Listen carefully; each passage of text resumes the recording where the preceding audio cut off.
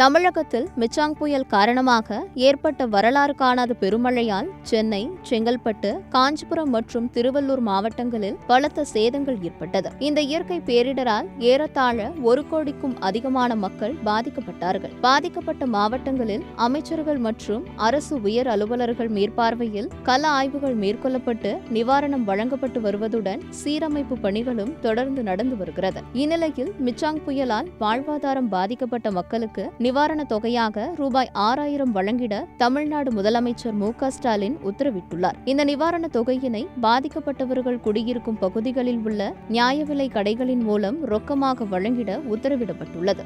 இந்நிலையில் மழை வெள்ளத்தால் பாதிக்கப்பட்ட மக்களுக்கு நேற்று முதல் டோக்கன் வழங்கப்பட்டு வருகிறது. டோக்கன் எப்படி வழங்கப்படும் என்பது தொடர்பான விவரங்கள் வெளியாகியுள்ளன. வீடு வீடாக மாநகராட்சி அதிகாரிகள் டோக்கன்களை வழங்குவார்கள். மேலும் ரேஷன் கடையிலும் டோக்கன் வழங்கப்படுகிறது. அதன்பின் 10 நாட்களுக்குள் நிவாரணத் தொகை வழங்கப்படும் என்று கூறப்படுகிறது. டோக்கனில் எந்த தேதியில் ரேஷன் கடைக்கு வர வேண்டும், நேரம், கடையின் பெயர், குடும்ப அட்டைதாரர் பெயர் ஆகியவை இடம்பெற்றிருக்கும் என்பது குறிப்பிடத்தக்கது. இந்த அறிவிப்பின் கீழ் டோக்கன் கிடைக்காதவர்கள், ரேஷன் கடைகளில் பணம் கிடைக்காதவர்கள் என்ன செய்ய வேண்டும் என்ற அறிவிப்பு வெளியாகியுள்ளது. என்னவென்றால், ரேஷன் கடைகளில் கூட்டுறவு வங்கி அதிகாரிகள் உள்ளனர். அவர்களிடம் ஒரு அப்ளிகேஷன் இருக்கும்.